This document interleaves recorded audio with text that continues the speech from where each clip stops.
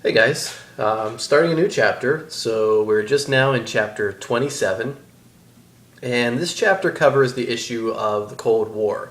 And initially, what we're going to be looking at is what led to the Cold War. So in today's videos, we're going to be discussing what led to it. Why did it even happen? And we're going to get into a little bit of, but it's really a question that's hard to solve. Whose fault is it? That's the main question that people generally ask whenever there's any problem. Whose fault is it? I mean, even something so simple as if the thermostat in a house is messed with, someone says, who messed with that? Or who put that there? Well, if something as big as the Cold War, that's the question. Whose fault is it? Who did it?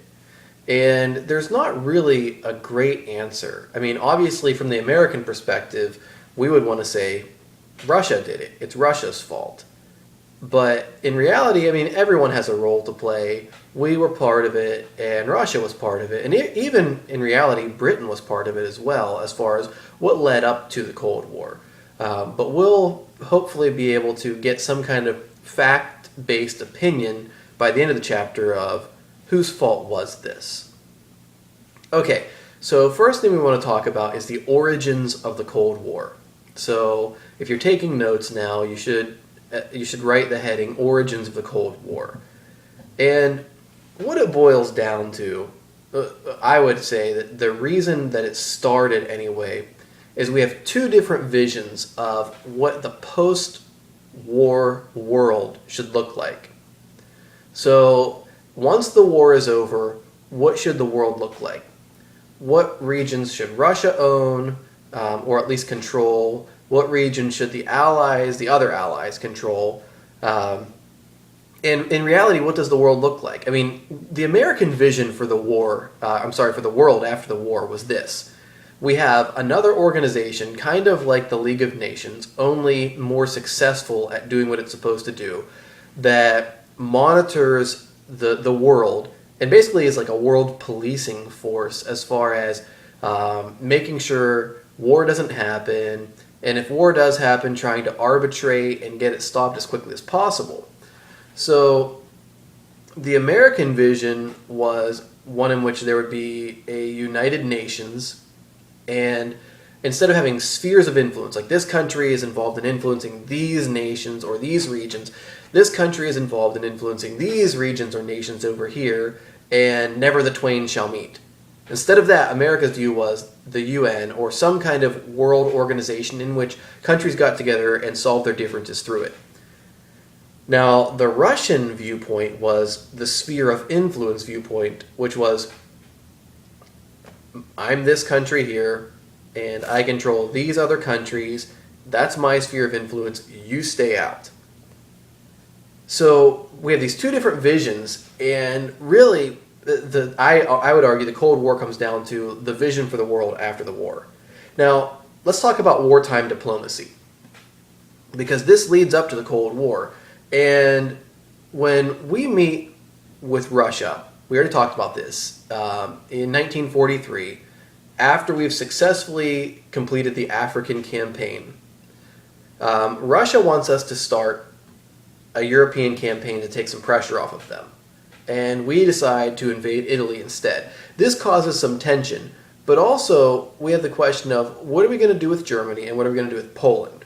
And really the issue of Poland is what starts a lot of the tension early on.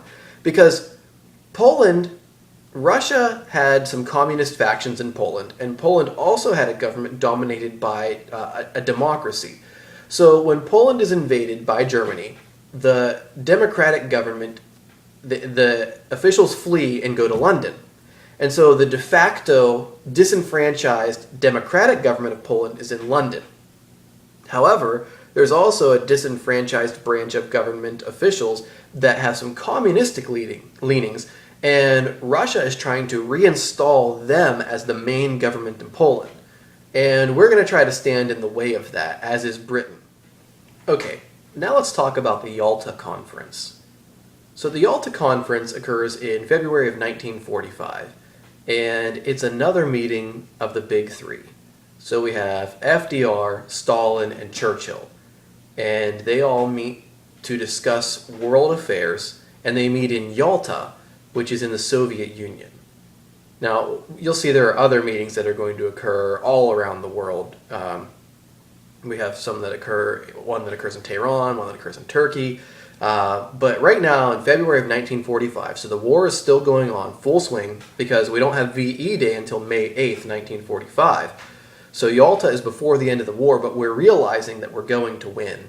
And so we're trying to plan more for how to run the world, or at least how to allow the world to run itself at the end of the war. So several things happen at Yalta.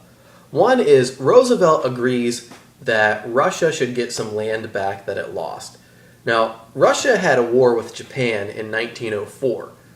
This was the Russo-Japanese War. And Russia lost land in this war with Japan. Now, it's odd to think of this, that little Japan taking on big Russia and Russia losing land in the deal, particularly when you look to Russia's performance in World War I, followed by its performance in World War II, and after that, its performance in arming and training people in the Cold War, where we as America actually fight some Cold War nations armed and trained by Russia. When you look at the successes there, it's very difficult to think of Japan, the little nation, successfully taking on Russia, and actually China for that matter. But it happened. And Roosevelt, FDR, agrees that what should happen is Russia should receive some land back at the end of the war that it lost from this war, the Russo-Japanese War in 1904. So that's one thing that was discussed at Yalta. Another thing that was discussed at Yalta was the creation of a new international governing body, which would become known as the United Nations. And they decided that it should have two different branches of this government. So there's the General Assembly. This is a theory right now. It hasn't been created yet. So in February of 1945, the theory is that this international governing body will have two branches. It will have the General Assembly, in which all countries that are represented by the United Nations will have equal representation. So, well, let's not go there yet. It's not going to end up being equal, but they're going to have representation. We'll say that. You're going to have, if you're a country in the United Nations, initially, when this is actually planned out, you're going to have a representative at least in there, and you're going to be able to make speeches, you're going to be able to propose things, discuss things. So we'll leave the United Nations as it functions now alone, because there are going to be some changes made to the United Nations, but they at least planned for a General Assembly where you have representation, and then they also planned for a Security Council, and at least the five major powers of the time. So we're going to have United States, Britain, France, Soviet Union, and China. Those five major powers at the time. And you're going to see how quickly this is going to change when the revolution occurs in China. But those members would be on the Security Council, those five members, and they would basically be charged with international security. Now, here's where the rub is going to happen. When the UN is actually created, which we'll get to in a minute, there's no enforcement power. So you have the General Assembly and the Security Council, and they're charged with arbitrating and keeping security, as far as no war, around the world, but they can't enforce anything. Now, sure, the nations that are there are going to be able to agree, like, let's say you have France and Britain and the United States and Russia, and they all agree that China is a threat. This is hypothetical here, this doesn't happen, but let's say they all agree that China is a threat. So what they can do is they can pass sanctions where they'll say, economically we will not participate with anything economically with this country, or we will not participate with this particular commodity economically. They can make any number of agreements, but it all depends on the actual cooperation of the countries that are making these agreements. So if the United States says, well, hey, we should all pass sanctions on China, and Russia says, nope, we're not doing that, and Britain says, nope, not doing that, and France says, nope, not doing that, how effective is it for one country to cut their trade with China? It's not that effective if everyone else doesn't get involved. So anyway, the UN, as it's envisioned, isn't really going to be effective at enforcing things on a global level. It can call for voluntary cooperation, but it can't enforce anything. And not to get too critical, but if you look back at the Great Depression, Herbert Hoover, he tried cooperation, volunteerism he called it, and it didn't work all that well to end the Depression. So you're going to see, as we go through history, the UN doesn't have a very stellar track record at enforcing because it just does not have the power to do so. Anyway, back to the UN. There's a convention held in San Francisco in April, so that's 2 months later, in April of 1945, and the UN is officially established. A charter's drawn up, it's voted on, and the charter is approved.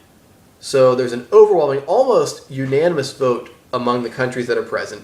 There's a conference of 50 countries that are there, and those 50 countries are able to cast votes in different proportions, and the vote is 80-2 to approve the UN. Now, that's one success of Yalta. However, there are several things that are not resolved at the Yalta Conference. One of the things that's not resolved is what do you do with Poland? So Stalin, he already has installed a communist government in Poland. So we'd already, back in 43, said, hey, this is a problem with Poland, let's work this out. And Stalin says, sure, I'll work it out. There you go, communist government in Poland, which is not what we wanted and not what Britain wanted. So we tried to get some kind of compromise out of Stalin, we being the United States, and Britain as well. And so the compromise that Stalin agrees to is basically, okay, I'll hold some free and unfettered, that's a quote, elections in some unspecified future date. So at some point in the future, Poland will be able to have free elections. Well, this doesn't happen for almost 50 years. So Stalin says, sure, it's going to happen. Sometime we'll hold free elections so that we can have democracy in Poland. But it doesn't happen for 50 years. And really, if you look at it, it doesn't really even happen under the communist government. We see the fall of the Soviet Union, then we see free and unfettered elections. So it was a promise that Stalin had made that he didn't intend to deliver on. The last thing that remained unresolved, at least it didn't work out as far as the American viewpoint and the Russian viewpoint, was the issue of Germany. So Russia's plan for Germany was basically to dismember Germany as a country permanently. And Russia wanted to use Germany as a way, the dismembered form of Germany, as a way to get reparations back. Because Germany had cost Russia millions of lives and billions of dollars, really, as it had cost America billions of dollars and hundreds of thousands of lives. So Russia's plan was, we're going to dismember this and use Germany as a form to get reparations. America didn't like that idea, neither did Britain or France. And so what ended up happening was very convoluted, very hard to understand, but basically Germany would be broken up into 4 regions. And Russia would control one, and Britain would control one, France would control one, as would the United States. There were 4 regions controlled by 4 world powers. But then the problem came of what to do with Berlin, because the actual capital city is firmly ensconced in Russia's zone. So the capital being symbolically important, it's also broken up into 4 different regions. So now we have 4 regions of Germany and 4 regions of the capital with some vague, unspecified, nebulous date of getting it all put back together. So they just said basically, sometime down the road, we are going to put Germany back together. Now, this is going to end up looking somewhat like Russia's plan for unrestricted, free and unfettered democratic voting in Poland. So America goes home, as does Britain, with one viewpoint of what happened at Yalta, and Russia goes home with another, and you're going to see this is going to cause a lot of tension, particularly over the issue of what is to be done with Germany.